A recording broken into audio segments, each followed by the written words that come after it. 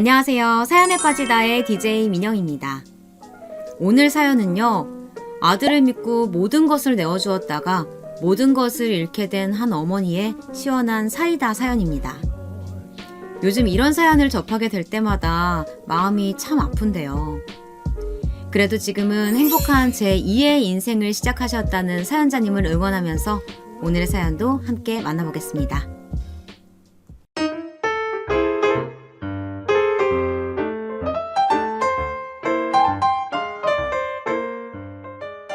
안녕하세요. 저는 60대 초반에 새 인생을 살고 있는 이씨입니다. 저는 40살에 남편과 사별하고 혼자서 힘들게 아들을 키웠습니다.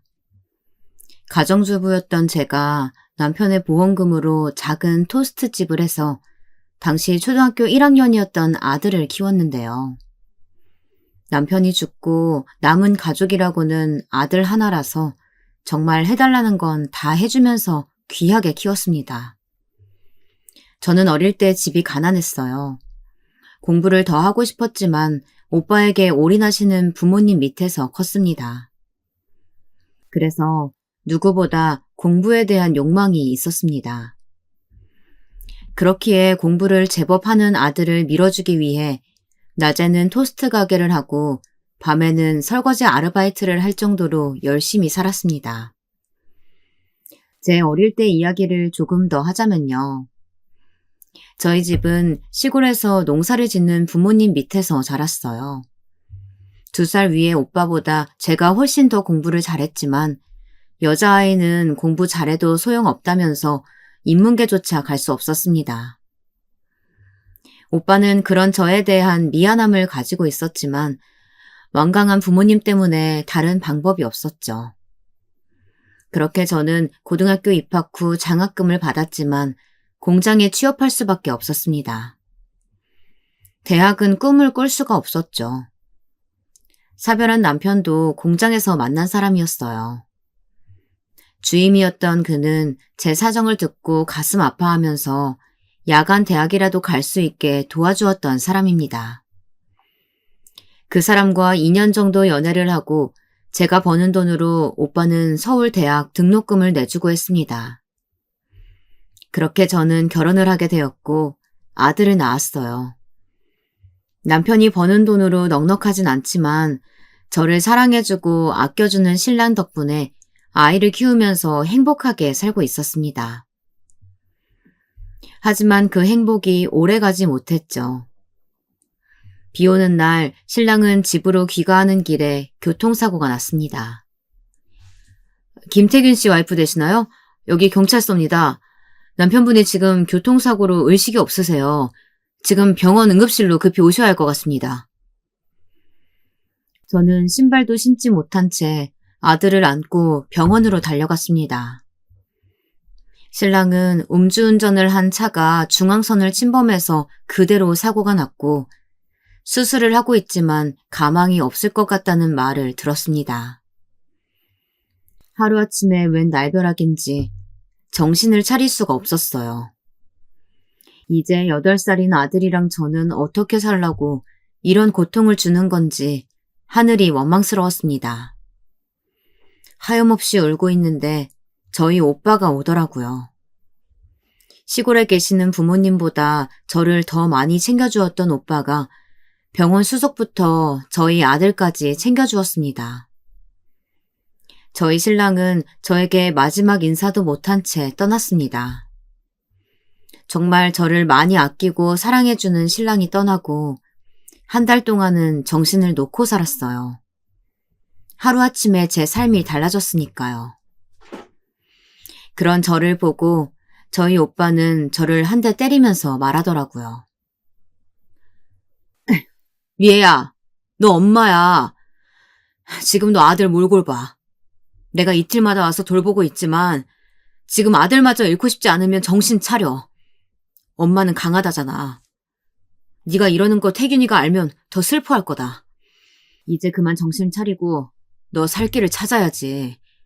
여기서 주저앉으면 지윤이는 어떡할 거야. 오빠의 말을 들으니 그제야 하나 남은 내 아들 지훈이가 눈에 들어왔습니다.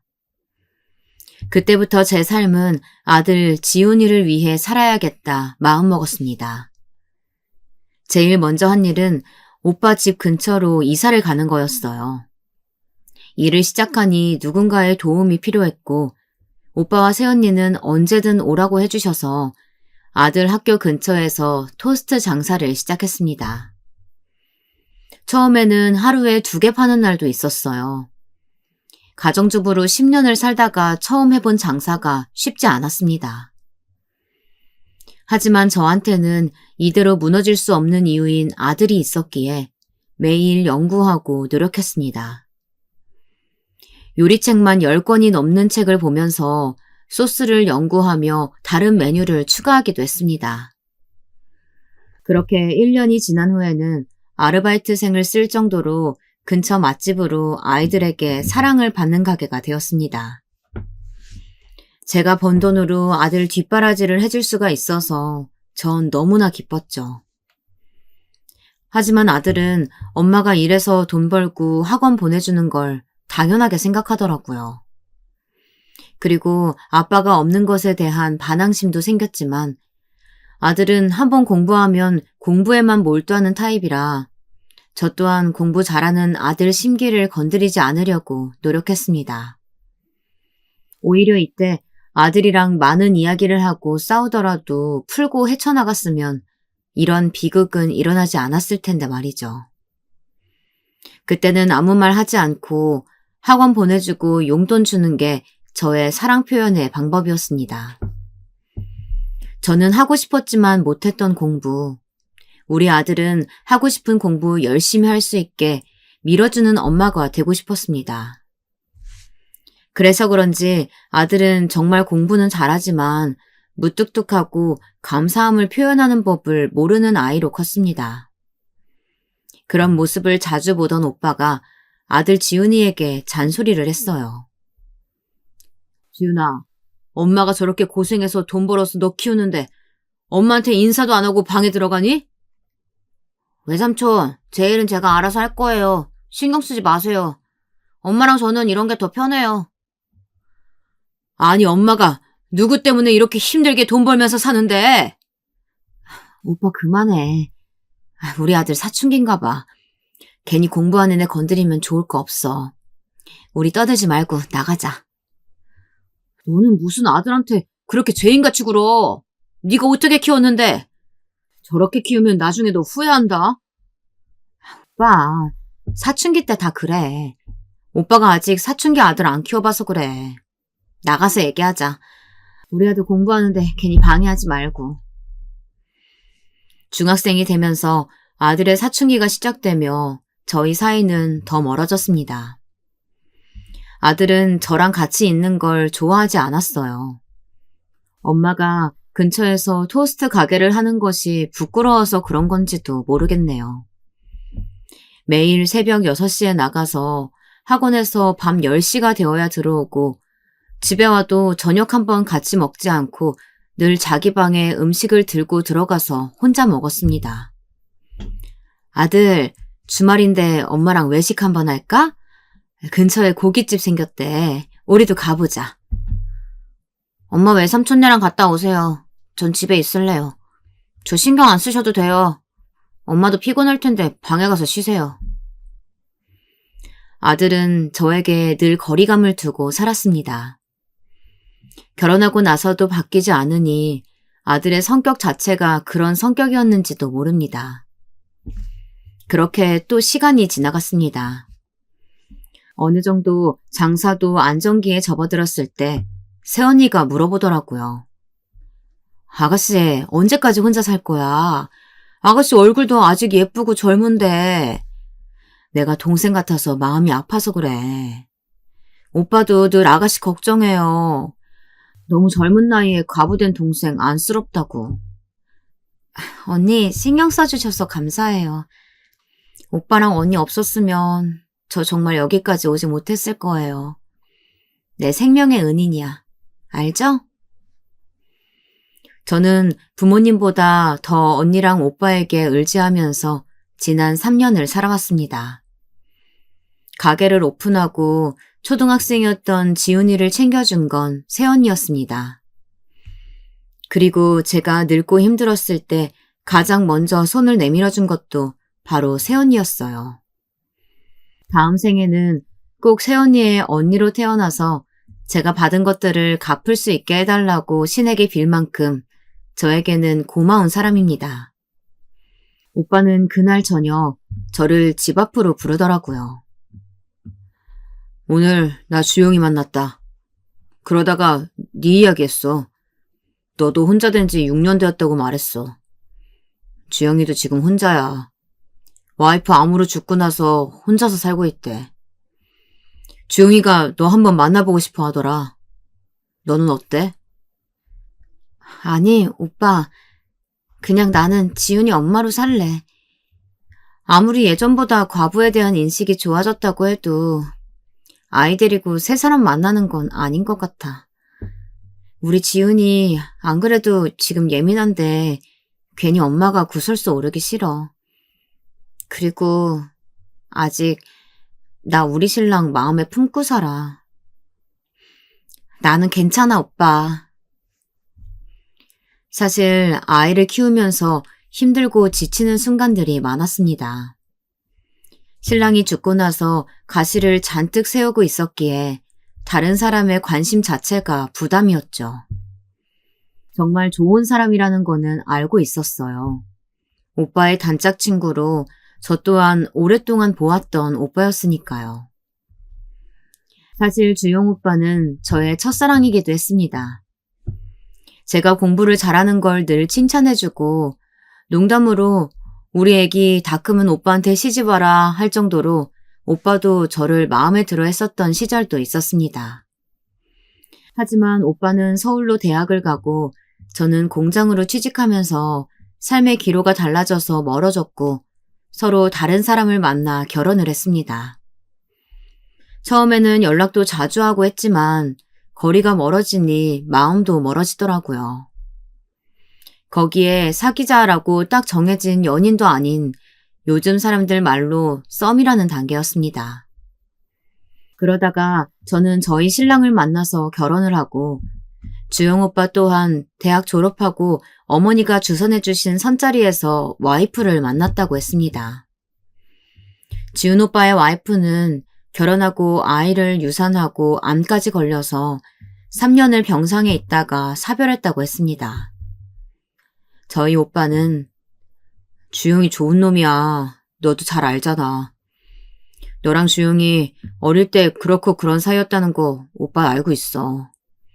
주영이가 너 결혼한다고 했을 때 얼마나 술 마시고 울었는지. 내가 그걸로 아직도 놀린다. 자기 와이프 아파서 병상에 있는 병수발 다 했고 와이프 죽고 나선 내내 다른 여자 한번 쳐다보지도 않던 놈이야. 너도 아직 젊은데 자식만 바라보지 말고 네 삶을 살아야지. 오빠가 주용 오빠랑 나랑 연결해 주려는 거 잘 알아. 오빠가 좋은 사람이라는 것도 알고. 그런데 오빠, 나는 엄마잖아. 주용 오빠는 아이가 없지만 나는 다르잖아. 그 사람 주변에서 우리 주윤이를 받아들일까? 아닐 거야. 나는 우리 아들 눈치 보면서 키우기 싫어. 오빠가 지훈이 키울게. 그러니까 너는 새 출발해. 언제까지 네가 40대인 줄 알아. 너도 아직 젊고 꽃다운 나이야. 이제 너 아끼는 사람이랑 새로운 삶을 살아야지. 아니야. 오빠, 다신 이런 이야기 하지 말자. 나는 우리 아들한테 당당한 엄마이고 싶어. 적어도 우리 아들이 성인이 되고 나면 그때 생각해 볼게. 인생은 60부터라고 하잖아. 그때 좋은 사람 생기면 그땐 오빠가 하라는 대로 내 인생 살아볼게. 지금은 아니야. 그렇게 오빠가 주선한 만남을 거절했습니다. 새언니 또한 아가씨 내가 지훈이 잘 키울게 라고 말해줬지만 자식을 떼어놓고 시집가고픈 엄마가 얼마나 될까요? 지금은 돌싱에 대한 이미지도 달라졌고 혼자서 아이를 키우는 한부모 가정도 많지만 그 당시에는 아이가 있는 여자가 재혼을 한다는 건 정말 상상도 하기 힘든 시절이었습니다. 저희 오빠는 제가 이제라도 조금이라도 편하게 살길 바랬습니다. 그리고 믿을 만한 오빠의 친구였기에 동생을 맡기고 싶었는지도 모릅니다. 하지만 제가 그렇게 하기 싫었어요. 저의 이런 마음을 아는지 주영 오빠는 저에게 긴 편지를 써주었습니다. 네가 언제든 부르면 갈 수 있는 사람이 되어줄게. 연인이라는 자리가 부담스러우면 오빠 친구, 아는 오빠로 도움이 필요할 때 꼭 연락해.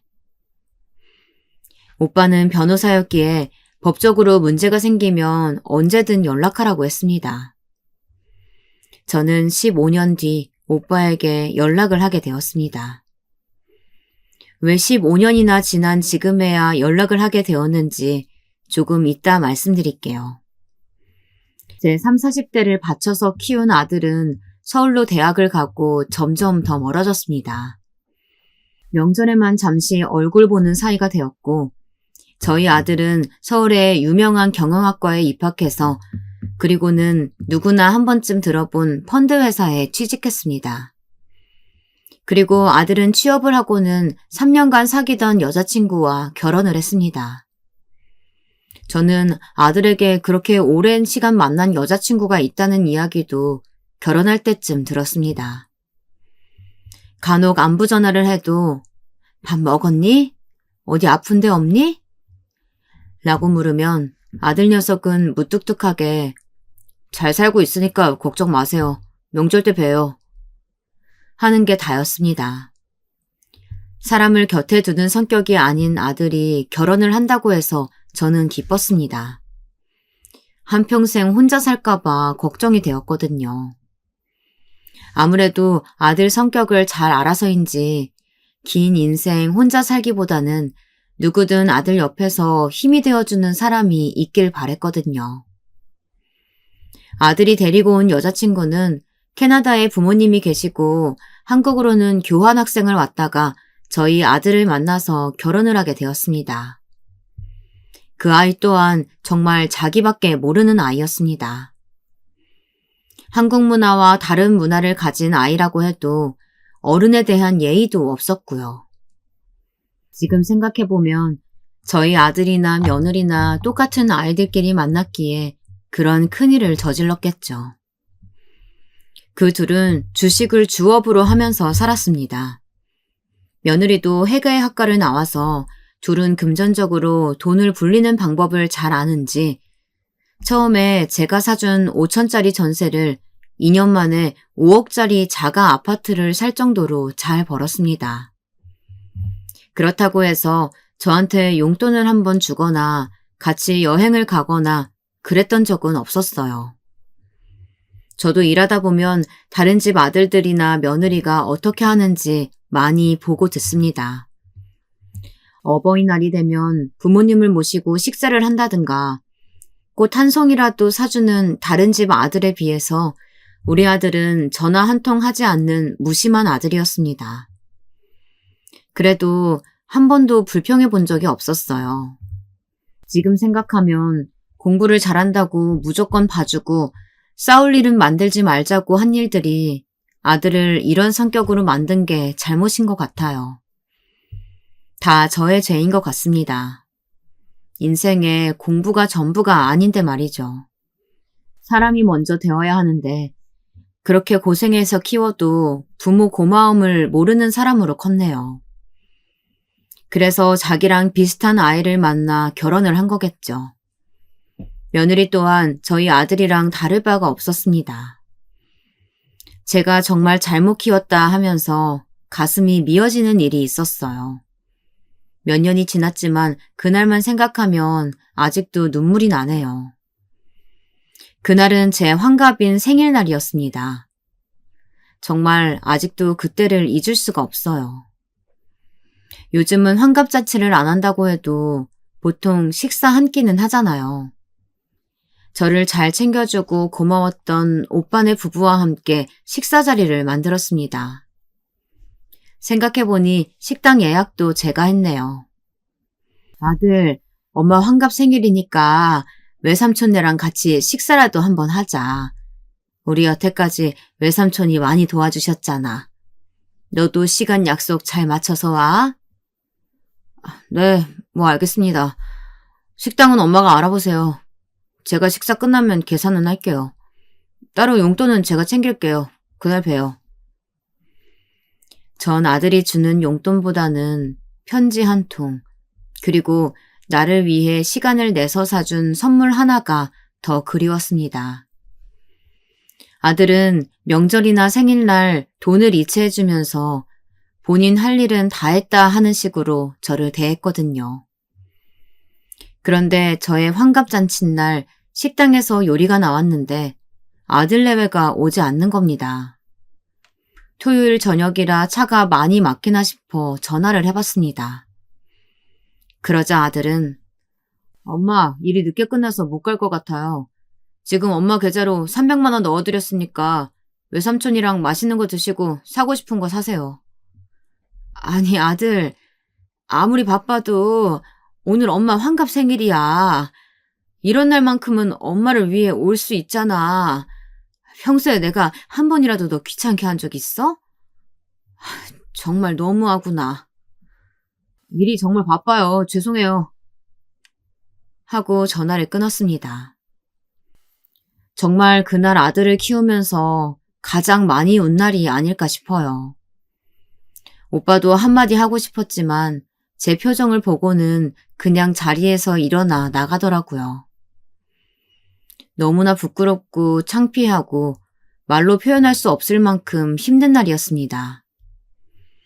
그러고 나서 한 번쯤은 안부 전화를 해볼 만도 한데 그렇게 제 상일날을 망치고도 전화 한 통 한 적 없는 아들과 며느리였습니다. 그래도 둘이서 잘 살면 된다는 생각에 저는 한 번도 두 아이에게 그런 아쉬운 점을 말로 표현한 적이 없었어요. 이것 또한 제 업보겠지 생각했습니다. 사실 돈 번다는 이유로 아들에게 어릴 때부터 많은 이야기를 나누면서 키우질 못했습니다. 남편이 죽고 나서 사는 건 전쟁이었기에 조금만 더 모으면 아들이랑 여행 가야지 생각만 했지 한 번도 실천에 옮기질 못했으니까요. 엄마가 이렇게 사는 것에 대해 아들의 무조건적인 이해를 바랬는지도 모릅니다. 그렇게 악착같이 모은 돈도 다 없어진 지금 인생이 참 허무하구나 라는 생각이 들더군요. 돈이 전부가 아닌데 말이죠. 한 번도 저는 제 인생을 살아본 적이 없었는데 어느새 나이는 60이 넘었더라고요. 저도 그때쯤 오랫동안 했던 토스트 가게를 접고 집에서 쉬고 있었습니다. 아들에게 집 사줄 만큼 돈은 아니지만 혼자 살 만큼 돈은 모았고 간간히 아는 분 편의점 아르바이트를 하면서 말이죠. 저는 문화센터를 다니면서 영어와 미술을 배웠어요. 처음으로 내 인생을 살아가는 기분이었습니다. 어쩌면 제 인생에 이때가 가장 마음이 편했는지 모릅니다. 자주 연락은 안 되지만 자기 앞가림 잘하고 있다고 믿었던 아들 내외와 하고 싶었던 영어 공부와 미술 공부 등 문화센터를 다니면서 온전히 나를 위한 시간을 쓸 수 있었으니까요. 그러던 어느 날이었습니다. 평소 연락 한 번 없던 아들에게 전화가 왔습니다. 엄마, 내가 지금 정말 급하게 돈이 필요한데 내가 사고를 좀 쳤어. 엄마 정말 미안한데 지금 집 팔아서 나한테 투자하면 안 될까? 내가 3배 더 얹어서 줄게. 딱 1년만 나한테 그 돈 투자한다고 생각하고 맡기면 안 돼? 그 사이에 우리 집에 와서 살면 되잖아. 내가 미연이한테도 다 이야기해놨고 미연이 지금 캐나다에 있는 친정에 가 있어. 당분간 캐나다에 있다가 올 거니까 며느리 눈치 안 봐도 되고. 그러니까 나랑 같이 여기서 살자. 1년만 우리 집에서 살고 그 뒤엔 내가 돈 불려주면 엄마 좋은 아파트 사드릴게요. 내가 정말 급해서 그래, 엄마. 그래, 알았어. 엄마가 최대한 금매로 내놓을게. 근데 무슨 일인지 물어봐도 돼? 어차피 내가 하는 사업 엄마가 잘 모르니까 말해도 알 수 없어. 엄마 내가 부동산에 미리 이야기해놨거든? 오늘 집 보러 온다니까 집 정리만 좀 해놔줘요. 그래, 알았어. 엄마가 지금 바로 정리하고 집도 얼른 팔 수 있도록 할게. 엄마 고마워요. 지금 빨리 필요하니까 무조건 가격 맞춰줘요. 지금 내가 5억이 정말 필요해. 해달라고 하는 대로 해주고 이사도 빠를수록 좋다고 해요. 제 대답도 듣기 전에 아들은 미리 부동산에 저희 집을 내놓고 당장 1시간 뒤에 집을 보러 온다고 통보를 했습니다. 아들이 그렇게 간곡하게 부탁을 하는데 거절할 부모가 있을까요? 한 번도 자기 집에 먼저 오라고 말한 적 없던 아들이 같이 살자고 하는 것도 기분이 좋았습니다. 나이가 들어가면서 명절 때만 보는 아들 얼굴을 매일 볼 수 있는 것도 좋았습니다. 그렇게 아들과의 행복한 미래를 꿈꾸며 저는 집을 팔았어요. 오빠에게도 자랑했습니다. 아들이 이번에 며느리 캐나다 들어가 있는 동안 자기 집에서 같이 지내자고 그러네. 나 집 팔고 그 돈으로 아들이 투자해준다고 해서 당분간 아들 집에 갈 것 같아. 그래? 지훈이가 이제 철이 드나 보네. 며느리 없으면 모니가 편할 수도 있겠다. 이사 다 하면 오빠도 한번 초대해줘. 나도 지훈이 얼굴 한번 보자. 어째 몇 년간 얼굴 한번 본 적이 없네. 아휴, 무심한 녀석. 응, 오빠. 내가 이사 다 하고 나면 연락할게. 저는 아들 말만 믿고 금매로 집을 팔았고 계약금부터 잔금까지 다 보내주었습니다. 아들에게 전화를 걸어서 이삿짐을 붙이겠다고 전화를 했습니다. 어제까지 전화가 잘 되던 아들이 전화를 받지 않더군요. 며느리는 캐나다에 있어서 전화가 안 되는 건 물론 아들마저 연락이 안 되니 저는 짐은 빼야 하고 갈 곳은 없는 상태가 되었습니다. 우선 급하게 필요한 짐만 들고 아들이 가르쳐준 아파트로 가보았습니다. 3년 전에 처음 가보고 한 번도 가보지 않았던 아들 집이라 낯설었습니다. 아들 집에 도착해서 아무리 배를 눌러도 열어주지 않더라고요. 하염없이 아들 집에서 기다렸습니다. 할머니가 아파트 집 앞에 몇 시간이나 앉아 있으니 누군가 신고를 했나 보더라고요. 저기 아주머니, 여기 앉아 계시면 안 됩니다. 408호 지금 집 내놓은 상태인데 무슨 일이세요? 네? 여기 저희 아들 집인데 김지훈이라고 지금 집 내놓은 상태라고 하셨어요? 네, 어제 여기 이사했잖아요. 다음 주에 다른 사람들 들어오는 걸로 알고 있어요. 저는 아들이 여기로 오라고 해서 왔는데 아들이 뭔가 오해가 있으신 거 아닐까요? 어제 이사 나가서 여기 아무도 안 살아요. 전기도 가스도 다 끊어진 상태라서 제가 압니다. 다시 전화해보세요. 전 100통이 가까운 전화를 걸었지만 단 한 번도 전화가 연결되지 않았습니다. 다시 제가 살던 집에 갔습니다. 저 또한 모레까지 집을 비워줘야 하는 상황이었어요. 어차피 가전 가구야 다 버리고 가려고 했던 거였습니다. 몇십 년 동안 사용한 것들이라 버릴 때도 되었죠.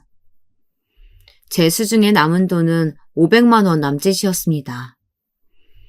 아들이 돈이 급하다길래 제가 가지고 있던 현금 9천만 원과 집 한 돈 5억을 모두 다 입금해 주었기에 수중에 돈이 없었습니다. 저는 가구, 가전을 다 버리고 우선 살 집을 찾았습니다. 제가 사는 동네 근처 고시원에 들어갈 수밖에 없었어요. 요즘은 월세도 너무 비싸더라고요. 당장 입을 옷가지와 실용품을 가지고 아들에게 연락 올 때까지만 지내자 생각하고 방을 구했습니다. 하지만 일주일이 지나고 한 달이 지나도 연락이 안 되었어요. 그 사이에 저는 경찰서에 찾아갔습니다. 어머니, 지금 아들 실종 신고하시는 겁니까? 네, 저희 아들이 전화를 안 받아요. 저랑 같이 살기로 해놓고 한 달째 깜깜 무소식입니다. 혹시 아들이 사고를 당한 게 아닐까요? 아니요, 사고자 명단에 아드님 이름은 없고요. 실종신고 들어온 것도 없습니다. 우선 한 달간 연락 안 되셨다고 하니까 실종신고는 해드릴게요. 이만 돌아가세요. 아니, 형사님, 조금 더 자세히 알아봐 주세요. 이렇게 연락이 안 되는 경우가 없었어요. 저는 경찰서에 가서 자초지종을 다 말했습니다. 아들이 안 좋은 사고에 휘말린 거라고 생각했습니다. 하지만 사람이 사라지면 저 말고도 누구 하나는 실종신고를 할 텐데 아무도 찾는 사람이 없다는 것도 말이 안 되었습니다. 아무리 별거 중이라고 해도 며느리 또한 연락이 안 된다는 게. 하지만 전 아들이 제 돈을 다 들고 해외로 나갈 준비를 하고 있었다는 걸, 모든 게 며느리와 함께 짠 계획이라는 걸 한 달 뒤 알게 되었습니다. 어떻게 알게 되었냐고요? 한 달이 지나도 경찰서에서는 아무런 연락이 오지 않았어요. 저는 오빠에게 전화를 걸어서 지금 사정에 대해 다 말했습니다. 뭐? 지훈이랑 연락이 안 돼? 너 그럼 지금 어디 있는 거야? 아들이랑 잘 살고 있겠지 생각했는데 너희 세원이가 전화해도 안 받는다고 하더니 잘 살고 있는 건 맞아? 도대체 지훈이는 무슨 일이라니? 나도 한번 알아볼게. 너 지금 어디니? 당장 집은 빼줘야 하고 가정가구는 어차피 15년씩 쓰던 거라 다 버리고 간단한데 옷까지만 가지고 고시원에 들어왔어. 당장 살 곳이 없어서. 오빠네도 지금 손주 키운다고 바쁜데 내가 갈 순 없잖아. 그리고 일주일이면 전화 오겠지, 한 달이면 오겠지. 그러면서 참고 기다렸는데 이제 안 될 것 같아서 오빠한테 전화한 거야. 아마 자식을 키워본 부모님이라면 아실 겁니다. 제 마음을. 우리 아들의 나쁜 모습을 오빠에게 알리기 싫어서 바로 연락을 안 했던 이유도 있었습니다. 일주일이 지나면 연락 올 거라고 믿고 있었고, 한 달이 지나면 다 해결되겠지라고 의심 없이 믿고 있었기에 그 누구에게도 말하지 않고 있었어요. 내가 우선 너한테 갈게. 좀 기다려봐라. 오빠가 전화 줄게. 오빠는 저랑 전화를 끊고 저랑 인연이 될 뻔했던 주용 오빠에게 전화를 한 것 같았어요. 아마 오빠가 아는 인맥 중 법적으로 가장 많이 아는 사람이었고 저도 잘 아는 사람이니 도움을 요청하고자 전화를 걸었겠죠. 저는 그렇게 15년이 지나서 그 사람과 다시 통화를 하게 되었습니다. 처음에는 너무 부끄러웠어요. 마지막까지 나의 행복을 빌어준 사람에게 좋은 모습을 보이고 싶었는데 이렇게 아무것도 없는 상태로 만나기가 창피했어요. 미애야, 잘 지냈어? 이렇게 또 우리가 인연이 돼서 연락이 됐네. 네 오빠한테 대강 이야기 다 들었다. 우선 오빠한테 아들 인적사항을 알려줄래? 그럼 내가 찾아볼게. 우선 고시원에서 나와서 오빠 집에서 생활하는 건 어때? 우리가 20대도 아닌데 고시원 좁은 방에서 생활하기 힘들잖아. 그리고 한번 우리 사무실에 와라. 나도 지금은 은퇴해서 명의만 변호사 사무장인데 그래도 내 사무실이니까 한번 나와서 얼굴 보자. 그리고 아들 문제를 어떻게 할지 정해보자. 오빠가 우선 찾아보고 내일까지 연락 줄게. 너무 걱정하지 말고 기다리고 있어. 여전히 저에게 다정했던 주용 오빠는 저희 아들의 주민등록번호부터 모든 정보를 듣고는 오빠가 할 수 있는 범위 내에서 알아봐 준다고 했습니다. 이틀이 지나고 오빠는 사무실로 오라고 알려주더라고요. 아무래도 만나서 이야기를 나눠봐야 할 것 같다고 직접 사무실로 나오라고 하더군요. 주용 오빠가 일하는 곳은 목동에 고급진 상가가 있는 곳이었습니다. 저는 신호를 건너기 위해 건널목에 서서 주변의 고급진 건물을 구경하고 있었어요. 그리고 거기서 저는 제 눈을 의심할 만한 장면을 목격했습니다. 생사를 알 수 없는 아들이 외제차 안에 있는 거 아니겠어요? 정말 드라마의 한 장면처럼 보고 있었습니다. 아들은 빨간색의 벤츠 스포츠카를 몰고 있었고 신호 대기 중이었습니다.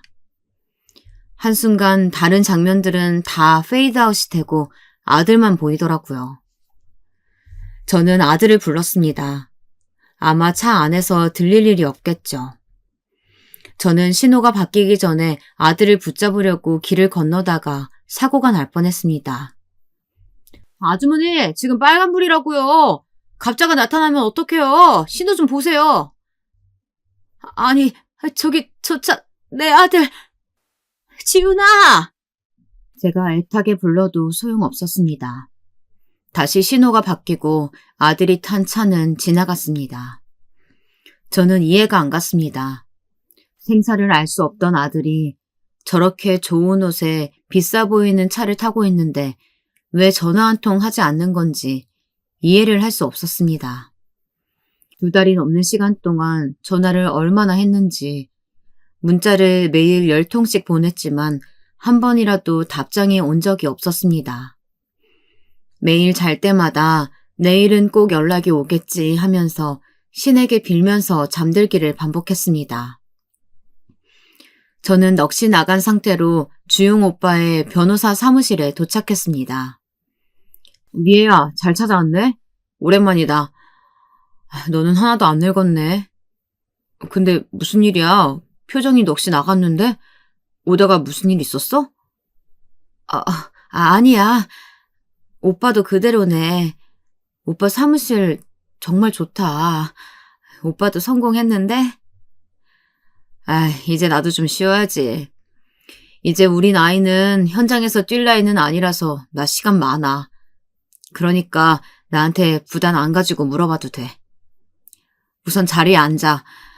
내가 알아본 것들이 너에게 충격이 될 수도 있을 것 같아서. 오빠는 그렇게 긴 이야기를 시작했습니다. 저희 아들 지훈이는 지금 캐나다행 비행기표를 일주일 뒤에 출발하는 표로 끊어놓은 상태이고 본인이 가지고 있는 재산은 파악하는 것만 20억이 넘는다는 겁니다. 거기에 한국에서 호텔에서 생활을 하고 있더라고요. 카드 내역을 조회해서 알 수 있는 게 거기까지였다고 했습니다. 연락이 안 된 게 아니라 연락은 안 하는 거였습니다. 그리고 오빠는 조심스럽게 이야기를 꺼냈습니다. 사실 나도 너무 이해가 안 가서 너희 오빠한테 먼저 물어봤어. 네 아들에 대해서. 그리고 이 사실을 말해주니까 바로 돈만 밝히던 놈이 자기 엄마 집까지 들고 이제 캐나다로 가려고 하는 거라고 막아달라고 하더라. 사실 나의 변호사 감으로도 그게 맞는 것 같아. 자기 집도 팔고 회사도 정리하고 우선 나오는 돈만 20억이지만 와이프한테 보낸 내역까지는 알 수 없어서 더 많은 돈을 가지고 있을 거야. 그리고 지금 자동차 리스한 것도 다음 주까지고. 아마 다음 주가 지나면 아들 못 잡을 것 같은데 캐나다 이민 준비하는 것 같았어. 알고 있었던 거 아니지? 하긴 알면 네가 실종 신고를 안 했겠지. 오빠, 사실 나 방금 이 앞 사거리에서 아들을 봤어. 외제차를 몰고 지나가더라. 내 눈을 의심했어. 내가 잘못 본 거라고 생각했어. 내가 집 주고 모은 돈 다 주고 고시원에서 남의 식당에서 설거지하면서 살아가는데 어떻게 이럴 수가 있어? 저는 그대로 주저앉았습니다. 눈물이 앞을 가릴 만큼 쏟아져 나왔어요. 제가 무슨 잘못을 그렇게 했다고 이런 벌을 받는 건지 하늘이 원망스러웠습니다. 평생 일하면서 힘들게 모은 전 재산이라 할 수 있는 집도 주고 제 노후 자금도 빌려주고 자식이라고는 하나 있는 아들이라 이제 좀 가족처럼 1년이라도 같이 산다고 기뻐했던 제 자신이 그렇게 비참할 수가 없었습니다. 아들이 급하게 집을 팔라고 종용하고 모든 걸 다 주었을 때 한 번이라도 의심을 해봤다면 이런 일이 안 생겼을까요? 하지만 어떤 부모가 자식을 의심할 수 있을까요? 우리 아들이 이렇게 내 뒤통수를 칠 거라 단 한 번도 생각조차 해본 적이 없었습니다. 오빠는 저에게 손수건을 건네며 말했습니다. 미애야, 내가 이래서 사무실로 오라고 한 거야. 전화로 이야기하기엔 너무 네가 힘들 것 같아서. 지금 너희 오빠도 여기로 오고 있어. 내가 오라고 했어. 네가 너무 충격받을 것 같아서. 아마 지훈이는 처음부터 이민을 생각하고 가서 할 사업 때문에 한국에서 모은 돈을 다 끌어서 한국을 떠날 생각이었던 것 같아. 우선 출국 정지부터 하자. 그리고 지금 묵고 있는 호텔에 가서 사정을 말해볼 수밖에 없을 것 같아. 직접 만나서 해결하는 게 제일 좋은 방법이니까. 요즘 사실 이런 경우 많아. 우리 때랑 다르더라고. 자식들이 부모에게 돈 받고 나면 나 몰라라는 경우가 많대. 그래서 법적으로 소송해서 부양비를 받기도 하고 너도 한번 생각 정리해봐. 우선 내가 할 수 있는 건 출국금지 의뢰 신청뿐이라서 그것까진 해놨어. 아마 조만간 변호사인 나에게 연락이 오겠지. 아니면 너한테 전화가 갈 거야. 저는 제 오빠와 함께 오빠네 집으로 돌아왔습니다. 오빠 집에는 오빠네 부부와 딸네 가족까지 6명이 사는 집이었습니다. 세훈이는 마음이 진정될 때까지 집에 머물러도 된다고 했지만 33평 아파트에 6명이 살고 있는 집에 저까지 같이 사는 것도 아닌 것 같았습니다. 그리고 오빠네 사위 보기에도 너무나 창피했습니다. 버림받은 부모, 아들이 돈 들고 튄 제 모습이 너무나 비참했습니다. 하늘도 무심하시지 왜 저한테 이런 시련까지 주시는 걸까요? 그동안 나는 무엇을 위해 살아왔나, 이제 나에게는 남은 것이 하나도 없구나 생각했습니다. 그런 나쁜 생각에 잠식되어 있을 때 틈틈이 연락을 해주고 밥을 사주고 제 이야기를 들어준 게 바로 주용 오빠였습니다.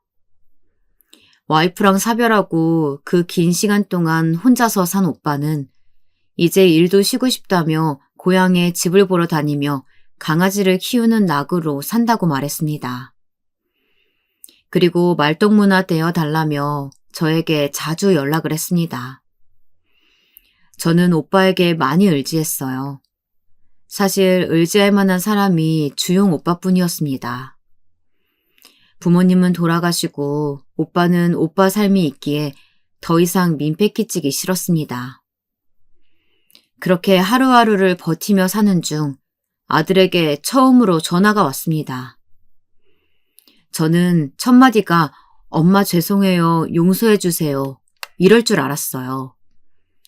이건 저한테 정말 나쁜 짓을 한 거였기에 당연히 사죄를 먼저 할 줄 알았습니다. 그런데 아들의 첫 마디는 저를 울렸습니다.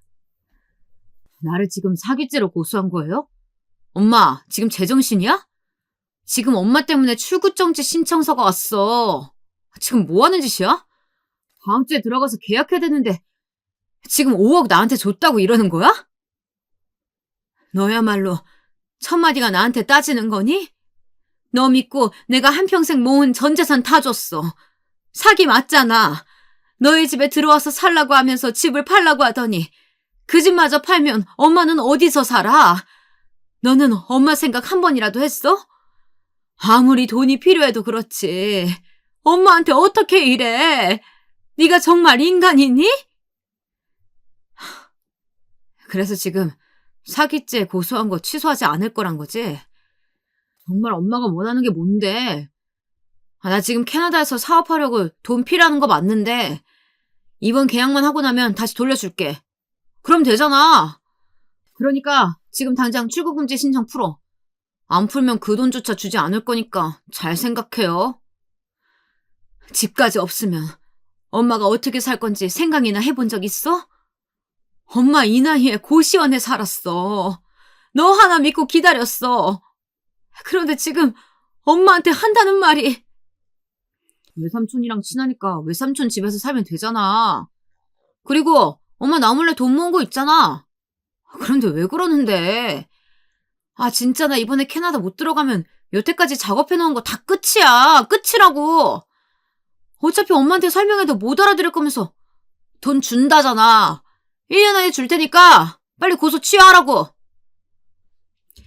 하면서 전화를 끊는 겁니다.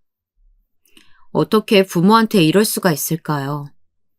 제가 제 용돈을 달라고 했습니까? 아니면 아들 앞길을 방해한 적이 있었나요?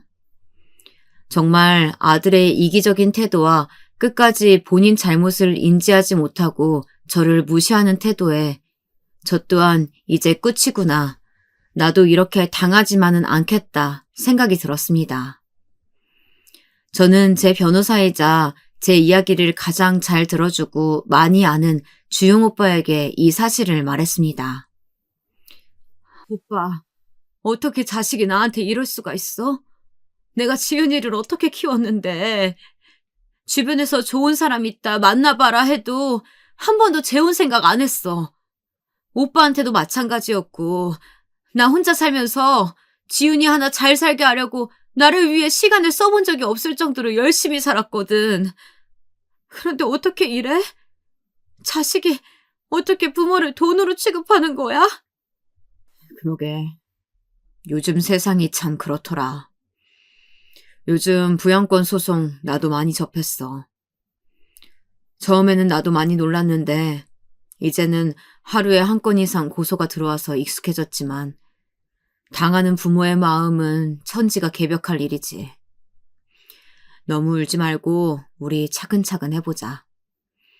너 이렇게 무너지는 거 보니까 나도 너무 마음이 좋지 않다. 그리고 너희 오빠 집에서 나와서 지금 우리 집에 우리 강아지들 나 없을 때 봐주지 않을래? 내가 유일한 취미이자 시간 보내는 게 유기견 돌보는 거야. 너 마음 안정시키는데도 좋을 거야. 애니멀 테라피라고 하잖아. 우리 집에 5명의 아이들 있거든. 애들 좀 챙겨주라. 사실 전 오빠 집에서 눈치가 보여서 매일 늦게까지 일하다가 들어갔습니다. 오빠의 억지에 고시원에서 짐을 빼 옮겼지만 대식구가 사는 집이라 마음이 불편했습니다. 그리고 너무나 지친 상태라서 나를 위한 선택을 하고 싶었습니다. 누구의 눈치도 받지 않고 행동할 수 있는 곳이 필요했습니다. 저는 그렇게 주용 오빠의 집으로 들어갔습니다. 경기도의 단독주택에 사는 오빠는 강아지 5마리를 자식처럼 키우고 있었습니다. 일을 하다 보면 산책시키기가 힘들다며 저에게 강아지 산책을 매일 부탁했습니다. 매일 사람들이 없는 한적한 길을 걷다 보니 마음이 진정되더라고요. 사실 아들의 전화를 받고 난 후 제대로 먹지도 자지도 못한 날들이 계속되었습니다. 그러다 아르바이트를 하며 쓰러져 더 이상 아르바이트도 눈치가 보여서 못하는 상황이었죠. 저의 이런 상황을 알고 오빠가 손을 내밀어 준 거였겠죠. 오빠, 안 되겠어. 아들한테 이대로 다 뺏길 수 없어. 나도 이제 없는 자식이다 생각해야겠어. 내 인생 다 바쳤는데 이대로 내 인생 다 망칠 순 없어. 오빠가 나 좀 도와줘. 전 주용 오빠에게 전화해서 소송을 하겠다고 했습니다. 사실 할까 말까 매일 매 순간 마음이 정해지지 않더라고요. 자식을 고소는 했지만 더 일을 진행시키지는 않은 상황이었는데 남은 인생을 돈도 없이 살고 싶지는 않았습니다. 어차피 아들은 캐나다 이민을 가면서 저에게 말 한마디 하지 않고 혼자 모든 인연을 끊을 생각을 하고 있었는데 혼자서 미련하게 잡고 있기 싫었습니다. 그러자 주용 오빠는 안 그래도 아들에게 직접 연락이 왔다는 말을 했습니다. 소송 가는 것도 좋지만 그렇게 되면 지훈이가 아니라 미애 네가 상처 많이 받을 거야. 내가 이런 소송을 했을 때 대부분 눈물 흘리면서 가슴 아파하는 건 부모 입장이더라. 그래서 난 받을 돈 확실하게 받고 끝내는 게 네가 덜 상처받는 거라고 생각해. 하지만 네가 끝까지 소송하고 출국 금지하고 며느리까지 소환하려면 어렵겠지만 최선은 다해서 도와줄게. 일주일 내내 곰곰이 생각했습니다. 무엇이 좋을까요? 어떻게 하는 게 제가 덜 상처받고 앞으로도 살아갈 수 있을까요? 아마 사연을 읽으신 분들 중 그래도 끝까지 소송해서 아들 인생을 망쳐야지 하는 분들은 많지 않을 겁니다. 엄마니까요. 아들이 살인을 저질러도 아들 편인 게 부모의 마음일 테니까요. 저는 제가 준 돈 중 받을 수 있는 만큼만 받기로 했습니다. 앞으로 어떻게 더 이 생을 살아갈지 모르겠지만 내 병원비, 내가 배우고 싶은 거 배울 수 있는 비용 등 생각했고 제 변호사인 오빠에게 말했습니다. 잘 생각했어. 사실 이런 싸움은 길게 하면 정말 정신병까지 오더라. 많은 분들이 결국 우울증이 오셔서 힘들어 하셨어. 너무나 감정적으로도 힘든 싸움이니까. 내가 처리할게. 괜히 만나서 안 좋은 소리 듣는 것도 너한테 좋지 않으니까. 그냥 집에서 우리 강아지들 산책시켜주고 나 저녁밥이나 좀 해주라. 나도 집밥 먹어보게. 그리고 화초들 관리도 좀 부탁해. 오빠는 제가 나쁜 생각에 빠지지 않도록 매일 제가 할 수 있는 범위의 일들을 부탁했습니다. 여기가 내가 있어야 할 곳이고 나의 힘이 필요하다는 걸 느끼게 해주고 싶은 거겠죠. 정말 고마운 사람이었습니다. 그 사이 저 모르게 많은 일이 있었습니다. 아들 또한 변호사를 고용했더라고요. 저한테 준 돈을 다 주지 않기 위해서, 그리고 사기죄가 아니라는 걸 증명하기 위해서 그런 거겠죠. 그리고 당장 출국해서 일을 해야 하는데 출국을 못하고 있으니 일이 커졌다 하더라고요. 주용 오빠는 아들 지훈이 출국을 막기 위해 변호사분들이랑 회의를 했고 상대편 변호사랑 만나서 조율하기도 했다고 하더라고요. 이 모든 것을 주용 오빠는 저 모르게 했습니다. 제가 너무 상태가 안 좋았거든요. 자식이 이렇게 나오면 어떤 엄마가 삶을 이어가고 싶을까요? 하루는 힘내서 내 삶을 살자 하면서 힘을 냈지만 또 하루는 먹는 것도 숨 쉬는 것도 싫다는 생각이 들었습니다. 몸과 마음이 너무 지쳐 있었어요. 그런 저에게 법적으로 이런 일을 진행한다는 걸 알리기 싫었겠죠. 아들은 그 사이 저에게 문자만 서너 번 보냈습니다. 고소 취하하세요. 법적 싸움까지 하셔야겠습니까? 지금 캐나다에서 사업 준비하러 가야 합니다. 내 인생 망치면 책임지실 거예요? 얼마 보내드릴까요? 제발, 이번 사업 망치면 저 인생 망해요. 아들 죽이고 싶어요? 저 진짜 이번 달 안에 못 들어가면 다 날라갑니다. 20억 투자했다고요. 저 죽으면 마음 편해지겠어요? 저 한 번만 살려주세요. 정말 캐나다 못 들어가면 저 죽어요. 아들의 문자에 처음에는 화가 났습니다. 하지만 그렇게 뒤통수를 쳐도 아들은 아들이더라고요. 아들이 죽는다는 말에 걱정이 되는 것 보니 이 싸움은 내가 이길 수 없는 싸움이구나 하는 생각만 들었습니다. 그리고 그날 저녁 한평생 저에게 전화 한 통 먼저 한 적 없는 며느리도 전화가 왔더라고요. 어머니, 지금 이 사람 캐나다 안 들어오면 저 이혼할 겁니다. 지금 일이라는 일은 다 시작해놓고 본인이 들어오지 못해서 제 돈까지 날리게 되었습니다. 어머니가 아들 이혼시키고 싶으신 거 아니면 아들 한 번만 봐주세요. 제가 지훈 씨한테 얘기해서 어머니 돈 돌려드리라고 할게요. 저는 몰랐어요. 그냥 어디서 모자란 5억이라는 돈 융통해서 그런 줄 알았어요. 제가 어머니한테 잘한 거 없는 며느리라는 거 알지만 그래도 어머니 하나뿐인 아들이잖아요.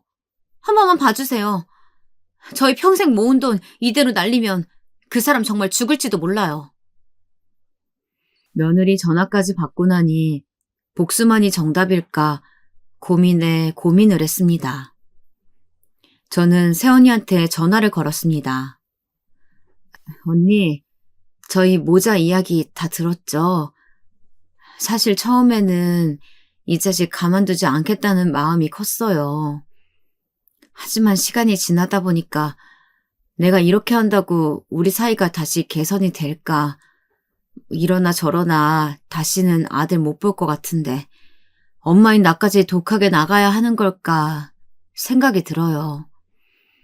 하루에도 너무 많은 마음들이 저를 괴롭히네요. 아가씨, 내가 어릴 때부터 두 사람을 봐왔잖아. 서로 너무 마음을 터놓지 못하고 산 세월이 길어서 그래요. 이대로 아들 망하게 하면 아가씨 성격에 더 병날 듯해.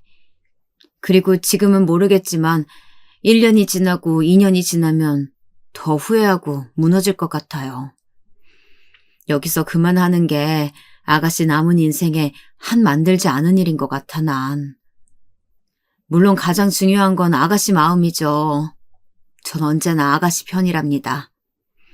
언제든 마음이 답답할 때 전화해요. 언니와의 전화를 끊고 생각을 했습니다. 1년, 2년, 3년, 그 후에 10년까지도요. 지금 이렇게 소송을 걸어서 아들 인생을 여기서 더 힘들게 만드는 걸 과연 후회하지 않을까? 이혼까지 시켜가면서 지금 하는 행동이 과연 내 마음이 편할까? 수없이 고민을 했습니다. 그날 저녁 저는 아들에게 장문의 문자를 보냈습니다. 이게 마지막 연락이겠다는 생각이 들더라고요. 너에게는 내가 부족한 어미였는지 모르겠지만 난 내 청춘을 다 바쳐서 너를 키웠다. 지금은 네가 부모라는 자리에 있지 않아서 내 마음을 모르겠지. 하지만 자식이 생긴다면 나한테 꼭 사과하러 오너라. 기다리겠다. 캐나다 가서 네 아내랑 잘 살아. 긴 인생, 나는 혼자 지낸 시간이 더 많았지만 너는 그런 인생 살지 않았으면 좋겠구나. 잘 가거라. 너는 거기서 너의 행복 찾기 바란다. 나도 이제 너에 대한 모든 미련 내려놓고 나의 인생을 살련다. 아프지 말고 언제나 행복하길 바란다.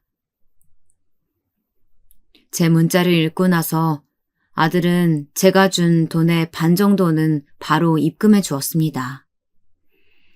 지금 당장 가지고 있는 돈의 전부라면서 말이죠.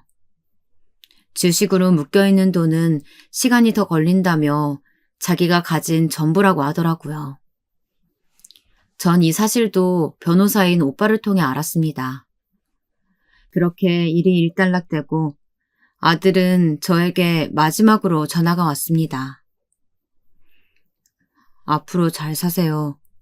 저는 없는 자식이다 생각하시고 고소 취하해 주셔서 전 캐나다 갑니다. 다시는 한국에 안 돌아올 거예요. 안녕히 계세요.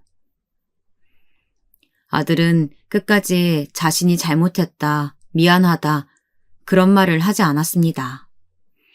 그게 마지막 인사인데도 말이죠. 저 또한 아무 말 하지 않았습니다. 그렇게 엄마로서 제 인생은 막이 내렸습니다. 그리고 제 2의 인생을 살기 시작했습니다. 주용 오빠와 동거 아닌 동거를 하면서 같이 많은 시간을 보냈습니다. 유기견 보호센터에 봉사도 가고 다시 영어도 배우고 오빠 집에 같이 사는 대신 집안일부터 제가 할 수 있는 일을 했습니다. 다시 배우는 영어도 그림도 하고 싶었던 공부를 돈 걱정 없이 배울 수 있다는 것만으로도 좋았습니다. 나만을 위한 시간을 보내니 매일 자고 일어나면 하루가 즐겁더라고요. 아들에 대한 미움도 그리움도 마음속에 담아둘 수 있었습니다. 그렇게 6개월이나는 시간이 흘렀습니다. 오빠는 저에게 프로포즈를 했어요. 미애야, 우리 3번이나 엇갈려서 2년이 되지 못했잖아. 지금 이대로도 나쁘지 않지만 난 너의 보호자가 되고 싶어. 네가 아플 때 당당하게 보호자로서 너를 지켜주고 싶어. 우리 남은 인생 같이 즐겁게 살다가 가자. 내 아내가 돼줘. 오빠. 나도 이제 누군가한테 기대서 함께 웃으면서 살고 싶어. 오빠는 나한테 정말 소중한 사람이야. 내가 오빠의 가족이 되어줄게. 오빠도 나의 가족이 돼줘. 우리 남은 인생 정말 행복하게 살자. 나 기다려줘서 고마워. 그렇게 저희는 17살에 이루어지지 못했던 첫사랑을 이뤘습니다. 경제적으로 여유가 있던 오빠와 가정을 이루니 더 이상 돈 걱정은 하지 않아도 되었습니다. 하지만 죽는 날까지 아들에게 받은 제 돈을 가지고 있을 겁니다. 그리고 제가 죽는 날 저처럼 혼자서 아이를 키우는 분들께 기부하고 갈 겁니다. 혼자서 아이를 키우는 게 결코 쉬운 일이 아니라는 걸 너무나도 잘 아니까요. 1년 전 아들도 연락이 안 되고 모은 돈도 다 사라졌을 때 인생이 참 허무하구나라는 생각이 들었습니다. 돈이 전부가 아닌데 그렇다고 남들처럼 벤츠를 사고 부유한 삶을 살고 있는 것도 아닌데 그때는 왜 그렇게 돈에 매여서 살았는지. 지금 저의 사연을 듣고 있는 분들, 자식들이랑 많은 시간을 보내고 많은 추억을 쌓으세요. 자식이 공부 잘한다고 공부만 시켜주면 된다라는 생각이 저를 힘들게 만들었습니다. 하루 공부 안 해도 괜찮아요. 아들에게 잔소리를 하면 괜히 싸울 것 같아서 말을 피한다고요. 부모 자식 간에도 싸움이 필요합니다. 그런 것들도 시간이 지나면 다 추억의 한 장면이 될 거니까요. 저는 생각해보니 아들과의 기억에 남는 추억의 한 페이지조차 없었습니다. 다시 삶을 살아간다면 저도 이렇게 살지 않았을 텐데. 돈 중요하죠. 하지만 인생에 돈이 전부가 아닙니다. 제 미래가 이럴 줄 알았다면 저를 위해서 그리고 아들과의 추억을 만들면서 살았겠죠. 적어도 지금의 관계를 만들지 않았겠죠.